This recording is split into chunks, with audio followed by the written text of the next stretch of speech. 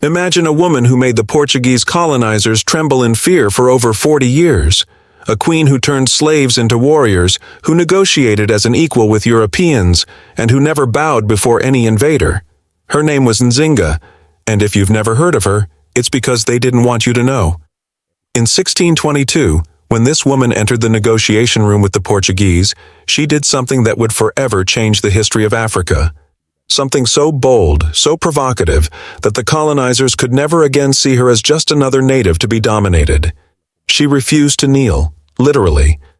And what happened after that meeting turned Angola into a battlefield that would last for decades. Stay until the end of this video, because you'll discover how a single African woman managed to defeat the Portuguese Empire, not once, but several times. And you'll understand why she's considered the most dangerous queen Africa ever had. But before we meet Nzinga, we need to understand the hell that was unfolding in Africa in the 16th century. We're talking about 1580. The Portuguese had been on the African coast for almost 100 years, and Angola had become the largest supplier of slaves to the Americas. We're not talking small numbers. We're talking millions of people torn from their lands. Every year, between 10,000 and 15,000 Africans were forcibly shipped from the ports of Luanda. Entire families destroyed, entire kingdoms dismantled. At the center of this machine of horror was the kingdom of Ndongo. Ndongo was strategic. It lay inland, away from the coast, but it controlled the trade routes the Portuguese needed to reach the salt and iron mines. Whoever controlled Ndongo controlled trade in the region, and it was in this context of war, slavery, and resistance that one of the most extraordinary women in African history was born. Nzinga was born around 1583, the daughter of King Kiluwanji of Ndongo. But she was not just a pampered princess. From childhood, she was trained as a warrior. She learned military strategy, diplomacy, and, most importantly, she learned never to submit. Because even back then, everyone knew the Portuguese weren't there to make friends. They were there to dominate. Nzinga grew up watching her own people being sold like cattle. In 1617, when she was about 34, her brother Ngola Mbande took the throne of Ndongo. But there was a problem. The Portuguese were increasing their pressure, demanding tributes, slaves, and total submission. Ngola Mbande was being crushed. On one side, the Portuguese with their firearms and fortresses. On the other, neighboring kingdoms making alliances with the colonizers in exchange for protection. It was an impossible situation. That's when Ngola Mbande made a decision that would change everything. He sent his sister Nzinga to negotiate with the Portuguese, because if anyone could face the colonizers as an equal, it was her.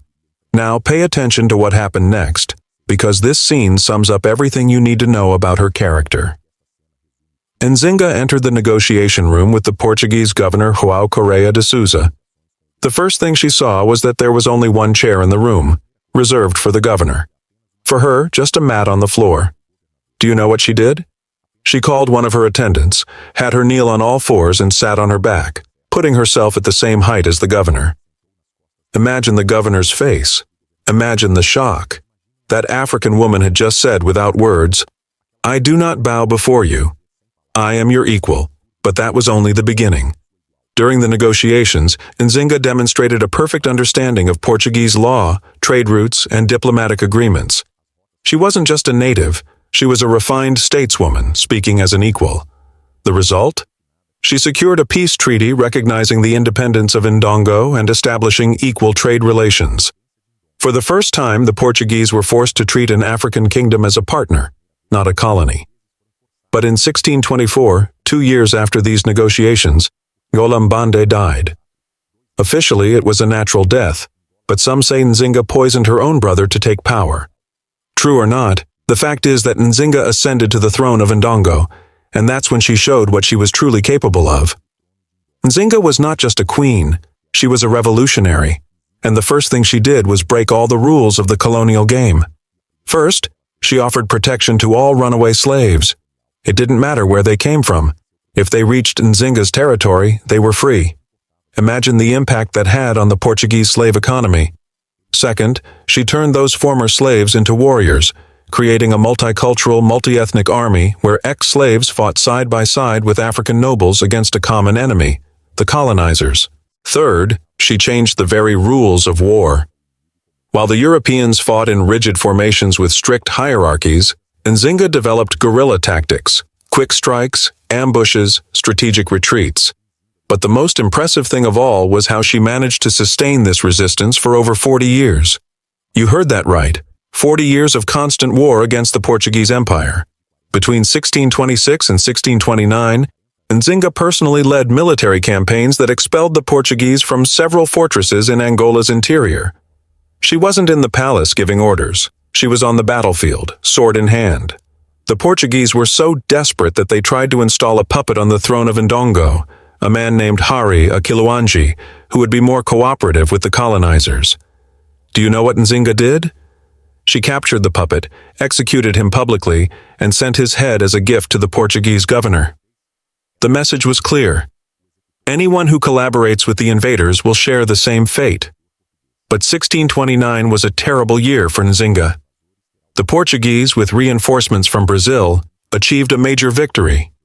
Nzinga was forced to flee Ndongo and seek refuge in the neighboring kingdom of Matamba.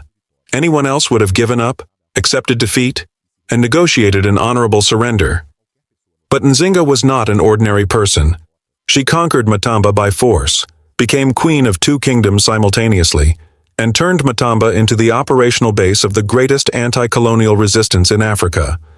From there, she continued attacking the Portuguese, but now with an even smarter strategy. She formed alliances with other African kingdoms, and, surprisingly, with the Dutch. That's right. Nzinga realized that the Portuguese had enemies in Europe, so she made agreements with the Dutch, who also wanted to control trade in Africa. It was a brilliant strategic alliance.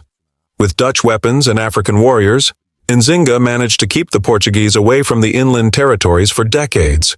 It was a true war of independence, 150 years before the Americans ever thought of it. But perhaps the most impressive thing about Nzinga wasn't her military victories. It was how she managed to preserve her African identity in a world that wanted to erase it. While other African leaders converted to Christianity to please the Portuguese, Nzinga kept her ancestral traditions. She personally took part in rituals, dances, and ceremonies that connected her people to their roots. You have to understand, this wasn't just military resistance. It was cultural resistance. It was a fight to keep the African soul alive in a world that sought to enslave it. And perhaps that's why she became a legend, because she represented something the colonizers could never break: African dignity. Nzinga died in 1663, at 80 years old. 80 years. She spent her entire life fighting. When she was born, the Portuguese were still settling along the coast. When she died, they still hadn't managed to conquer the interior, because Nzinga's story had spread across Africa. Slaves carried her story to the Americas. Her military tactics inspired other resistances. Her example of female leadership broke stereotypes that lasted for centuries. In Brazil, Maroon communities used strategies similar to Nzinga's. In Haiti, the slave revolution echoed her tactics. In Africa itself, 20th century independence movements cited Nzinga as an inspiration. But perhaps the most important thing is to understand what Nzinga represents for us today. She shows us that resistance is possible, that dignity is not negotiable, that one determined person can face empires. So why have you never heard about Queen Nzinga in history class? The answer is simple. Because official history was written by the colonizers, and they had no interest in telling the story of an African woman who humiliated them for 40 years. But the truth never dies. It remains in the memory of the people, in oral traditions, in the documents that survive in archives. And today, when we speak of Nzinga, we're not just telling a story from the past. We're reclaiming a symbol of resistance that the world needs to know. Today, in Luanda, the capital of Angola, there is a statue of Nzinga. She stands tall, facing the ocean from where the colonizers once came, as if to say, "I'm still here.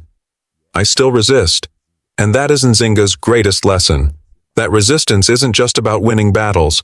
It's about keeping alive the flame of dignity, identity, and humanity. Nzinga teaches us that no matter how powerful the enemy, no matter how impossible the struggle may seem, there is always a way to resist. There is always a way to keep your head held high. Because in the end, empires fall, colonizers die. But the dignity of a people, when defended with courage, is immortal. And that's why Nzinga wasn't just the most dangerous queen in Africa. She was the woman who proved that Africa would never bow, never surrender, and never stop being Africa. If this epic story of Nzinga inspired you, leave a like to support the channel. And if you want to discover more amazing stories and secrets from Africa that changed the world, subscribe and turn on the notification bell so you don't miss a single video.